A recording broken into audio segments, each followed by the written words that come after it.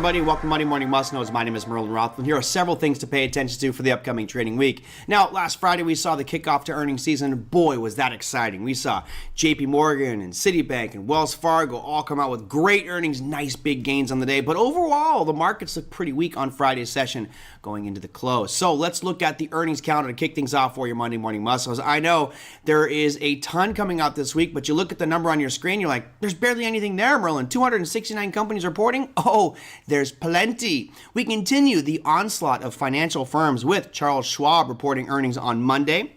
Tuesday brings you Johnson & Johnson, Bank of America, Lockheed Martin, Goldman Sachs, Interactive Brokers, J.B. Hunt Transportation, and United Airlines. Oh, but the big daddy comes out on Wednesday. The most heavily traded individual security in our markets is...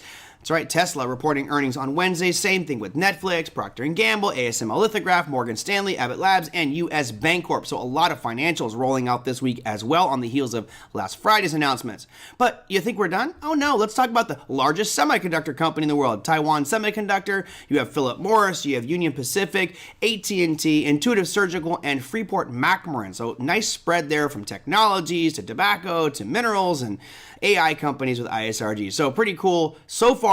Does Friday get any better? Well, we do have American Express, Schlumberger, and Huntington Bank shares rounding out your earnings counter. So a lot of really important stuff happening there on the earnings calendar. If you have any of those in your portfolio, be careful because you know there's going to be some volatility there.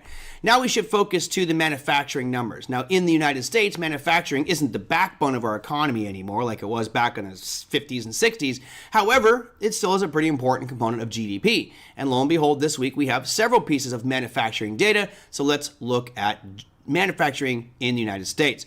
We kick things off on Monday with the Empire State Manufacturing Index. That's happening at 8:30 a.m. Eastern Time. And if you notice here, we've been down below that zero line for, well, many months. It's oscillated above a couple. The most recent announcement, as you can see on the hard red edge, was positive 1.9.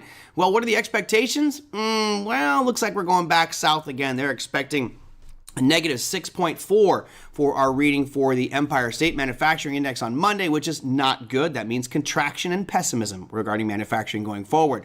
Then on the heels of that, we have the Philly Fed Manufacturing Index, which is going to happen Thursday, also at 8:30 a.m. Eastern Time. And this one's been much more negative over the past few months, and our expectations are it's actually going to get a little bit better. They're expecting that to get cut in half to go right around 6.5% for the Philly Fed Manufacturing Index. So all in all, not a rosy picture on the manufacturing front, but may create some opportunities for you in your portfolio. Now, consumption-wise, we have more economic announcement with regards to retail sales, the spending of our markets. How are people out there spending their money? I love the graphic here, by the way. Thanks to our graphic designers for this one. Just a great picture of retail stores full. I went to the malls recently, and they've been pretty packed. Does that mean the retail sales numbers are going to look rosy? Well, on Tuesday at 8:30 a.m. Eastern Time, we do have an announcement coming out for retail sales, and it looks something like this. You'll see that for the past 5 months, we have been above zero, meaning we have experienced an increase in retail sales. However, right now, the expectations are that we're no longer going to keep that 0.6% increase pace. We're going to drop to 0.3, meaning that people are spending a little bit less, and that's that red horizontal line you see on the right-hand side of your screen. So these announcements, manufacturing and retail sales, certainly could create some waves in the marketplace, so be careful out there. You've got a ton with earnings, manufacturing, and with retail sales, and I'm going to sprinkle one more on here.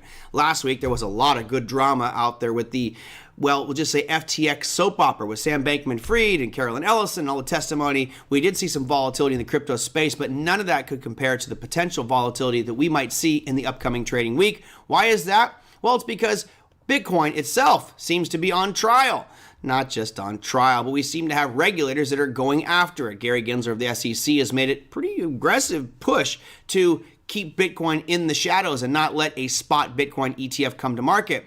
That said, he must come up with a definitive statement on these different ETFs. You notice BlackRock, Bitwise, VanEck, WisdomTree, Invesco, Fidelity, Valkyrie, all of these are petitioning to have a spot Bitcoin ETF. And you'll notice the dates on the right-hand side, all of which starting on October 16th with Bitwise, going all the way through that week to Valkyrie's at the end of the week on the 19th of October. All of them are jockeying for a position and pushing to get regulators to say, listen, we will approve a spot Bitcoin ETF. And the good news is that the SEC has reached out to several of these firms and asked for more information about the custody of that Bitcoin. How are they going to hold the customer funds? How are they going to hold that Bitcoin going forward? Which is a really nice positive move for the advancement of the spot Bitcoin ETF.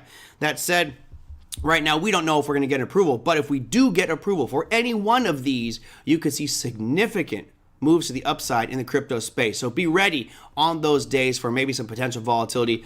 The odds are, though, that the SEC, Gary Gensler, are going to say, we are going to delay all announcements on that one. But just putting it out there because these are slated and they are on the calendar. That, my friends, is your Monday Morning Must-Knows. We'll see you next week.